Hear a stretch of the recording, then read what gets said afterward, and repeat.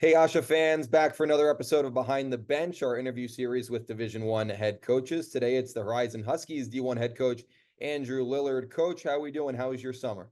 Doing great, man. I had a great summer. It felt quicker than normal. We started summer skates a little earlier this year, so it definitely felt quick, but ready to be back at it.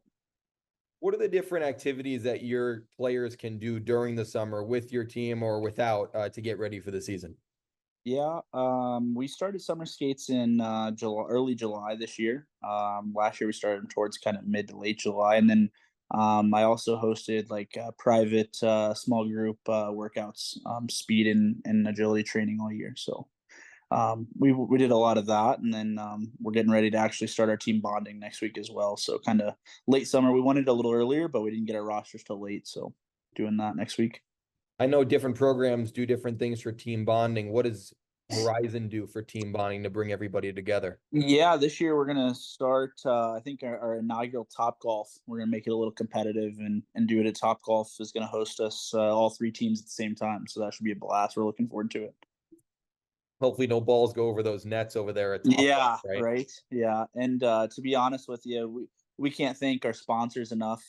Pit Boss Grills, and Glacier pool coolers as well. That are they have had our backs with financial support, and they're the reason that we can do that. So we're super appreciative of them this year as well. Now, Coach, last year was your first year as a Division One head coach for Horizon, taking over for Coach Bird. What did you learn from that year one that you're taking into year two? Uh, what didn't I learn? I think might be the real question. We definitely had some struggles last year. You know, when you have a little bit of a younger mix on your back end, and then mix that with tons of travel kids that are missing, every other week. It makes it tough. But I thought the team last year for what we had when we had it, I thought they battled hard and they didn't shut it down at any point. But it's always a struggle in high school, no matter what team you are, even Pinnacle. Like when they're missing tons of guys, like it's a struggle to beat anybody on any given night.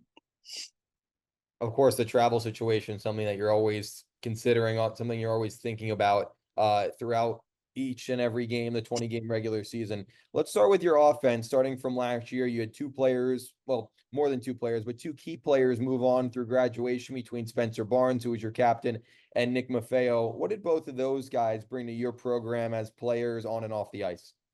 Yeah, we lost a lot of good players last year. We lost Michael Gruntler too, which was one of our top point leaders.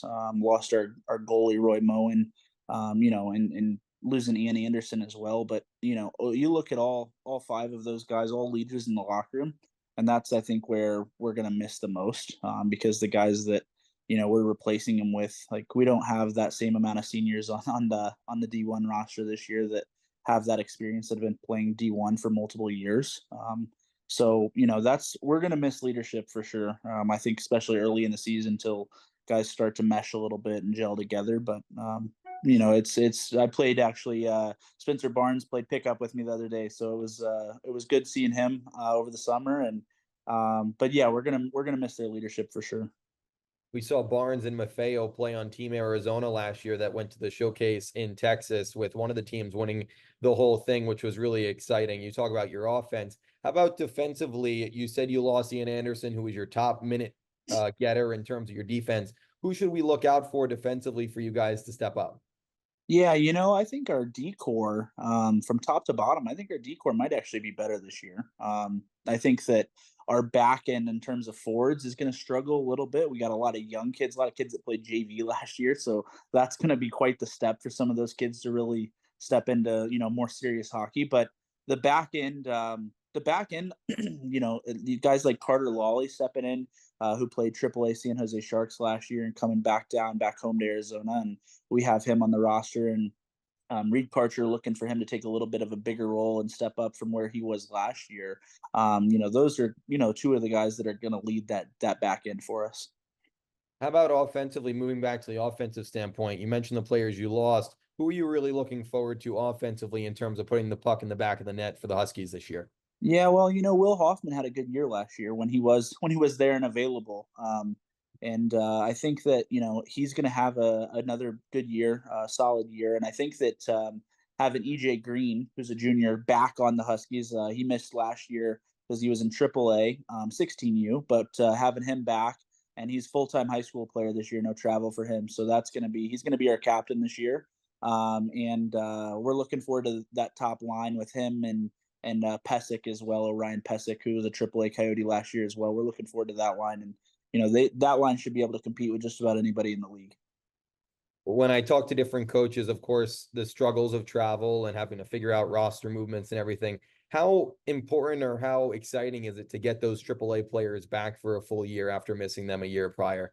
Oh yeah, yeah. You can't ever complain about getting AAA good hockey players that have good hockey sense and that are good kids and work hard like the three that I got back this year. And that's why we keep trying as a league to push for even the younger 16U and some of the 14U AAA teams to let their kids play high school, because at the end of the day, we want the best product on the ice. Doesn't matter what team you look at, they every team could use a couple extra AAA guys that are higher quality players to kind of boost the play of the league across the board.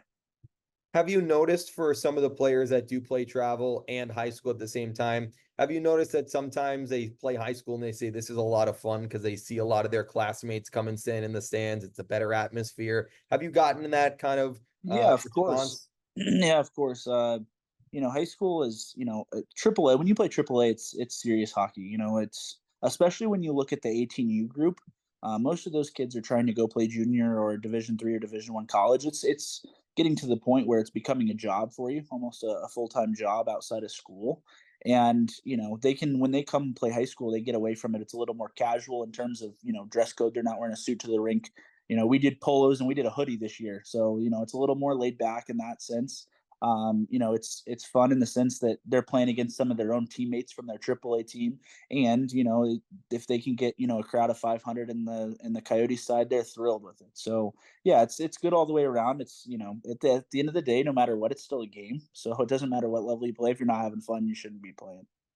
A lot of fun, hopefully coming to the Horizon team this year. Let's move on to goaltending. Last year, you had a really good goaltender in Roy Moen. He was a senior. He graduates from high school. So how are you looking at that goaltending position for this year? Yeah, Roy moving into junior this year, going to play on the East Coast is definitely tough. We're gonna miss him in that, because there was times and definitely games that you saw where he put the team in the backpack and carried us. That's for sure. But Spencer Lebick, who came up and actually won, I believe, two of his three D1 games last year, is going to step into probably our number one role. But 5 weeks ago we only had five goalies, and we were going to roster just one goalie at the D1 spot with Spence. But we picked up a new kid. He's a 16U Sun Devil, Grayson Argovitz. So we're looking really forward to him. He's played really great his first D1 game they played last weekend, and then struggled that third one, but really kind of battled through it. Like the kid was getting shelled and still wanted to stay in, and you love to see that as a coach. And I think that it's good because it's going to push Spencer too, because it's going to become a battle where I think Spencer was looking at this season like, oh hey, the net's mine. It's no problem going into playoffs, and now he's going to have to battle for it all year to make sure that when we get to the playoffs, it's he's still there. It's that internal competition that both Oh players yeah. are feel in terms of getting better. Coach, when you look at this season as a whole and you look at your entire roster, is there a certain recipe or certain different things that you guys have to do to be successful? Well, if you got the line combination, the winning one, you send that over to me and let me know, because right now I can't seem to get it together on the D1 side. But we're going to need, I hate to say it, and as cliche as it is, we're going to need a whole team win every time. Every time we go out and we want to win, because we're going to need good goaltending. We're going to have lockdown, simple D, and we're going to have our top two lines, carry the load offensively, because we aren't going to get a ton from that back end due to size. I think our average size on our back end is probably 5'6" right now, and 125 pounds soaking wet. So there's going to be some struggle and some learning curve for a while for those guys. You've played 4 games with your D1 team in the seeding tournament, and it's tough to take things out because players are out on travel and etc. But through those 4 games at your D1 level, what have you seen from your team? Resilient. There's no quit. We're down. We were down 12-13 nothing to Pinnacle the other day, and they're still pissed off and going at it. And I think that as a coach, no matter, you can teach them everything you want, systems and power plays and stuff like that. But at the end of the day, like it comes down usually, in a close game, it's going to come down to who's going to outwork the other team for the full 45 minutes. And I didn't see any quit. I mean, there was a couple times we played Basho. We were down 4-3. They went up 5-3, and we could have shut it down with 4 or 5 minutes left in the game, and we didn't. We bounced right back, went and got another one, and made it a 1-goal game again. Pulled the goalie and had a couple chances to tie it up. So that was, that seeing that from a coaching perspective, super proud of that early in the season, especially with the leadership that we had missing from last year. You lose a lot last year. Coach, you tied with the defending champions at D1 as well, 5-5 tie with Centennial. You have 20 games ahead of you, and Coach, we thank you for the time, and we wish your Huskies the best of luck this upcoming season. Hey, I appreciate you. Wish you nothing but the best, brother.